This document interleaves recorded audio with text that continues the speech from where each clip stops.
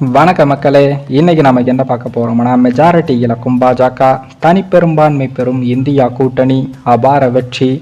அதாவது 2024ஆம் ஆண்டுக்கான லோக்சபா தேர்தலில் பாஜகவின் என்டிஏ கூட்டணிக்கு மெஜாரிட்டி கிடைக்காது என்று அக்னி நியூஸ் ஒன்று கணிப்பு வெளியிட்டு உள்ளது.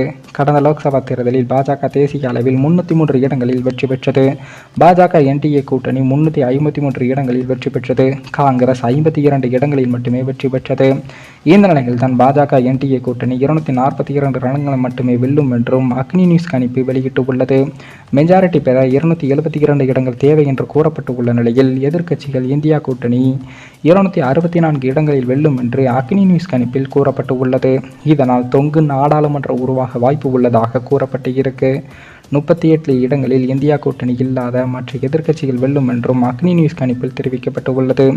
20க்கும் மேற்பட்ட கூட்டணி கட்சிகள் இணைந்து இந்தியா என்ற மிகப்பெரிய கூட்டணியுடன் காங்கிரஸ், திமுக உள்ளிட்ட எதிர்க்கட்சிகள் தேர்தலை சந்திக்க உள்ளது.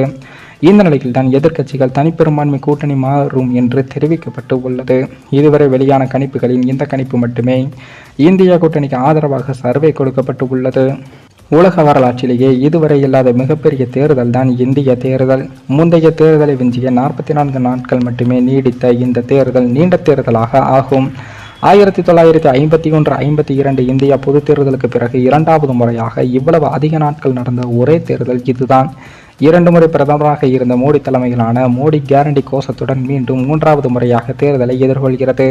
நாடு முழுக்க 7 கட்டங்களாக லோக்சபா தேர்தல் விறுவிறுப்பாக நடைபெற்று கொண்டு இருக்கிறது. ஏப்ரல் 19, ஏப்ரல் 26 மற்றும் மே 7 ஆகிய தேதிகளில் நடைபெற்ற முதல் 3 கட்ட தேர்தலில் 66.1%, 66.7 மற்றும் 61% வாக்குகள் பதிவாகி இருந்தது. 2019 தேர்தலை விட இந்த வாக்குப்பதிவு குறைந்து உள்ளது. அதன் பின் 4ஆம் கட்ட தேர்தல் 9 மாநிலங்கள், ஒரு யூனியன் பிரதேசத்தில் நடந்தது. ஆந்திர பிரதேசத்தில் 25 தொகுதிகளில் வாக்கு சதவீதம் நடந்தது. இதில் 67.25% வாக்குகள் பதிவாகி இருக்கு. தொடர்ந்து 6 மாநிலங்களில் 5ஆம் கட்ட தேர்தல் நடந்தது. இதில் 60.48% வாக்குகள் பதிவாகி இருந்தது. அதன் பின்பான 6வது கட்ட தேர்தலில் 8 மாநிலங்களில், யூனியன் பிரதேசங்களில் மொத்தம் 889 வேட்பாளர்கள் போட்டியிட்டார்கள். இதனையடுத்து கடைசி கட்ட தேர்தலும் தற்போது நடைபெற்று முடிந்திருக்கு. மேலும் இந்த வீடியோ ஏதோ ஒரு விதத்தில் உங்களுக்கு பிடித்திருக்கும் என்று நினைக்கிறேன். நம்ம சேனலுக்கு புதிதாக வீடியோ பார்க்கிறீர்கள் என்றால் மறக்காமல் சப்ஸ்கிரைபர் செய்துவிட்டு பாருங்கள். இன்னொரு வீடியோவில் சந்திக்கும் வரை நான் உங்கள் தமிழ்.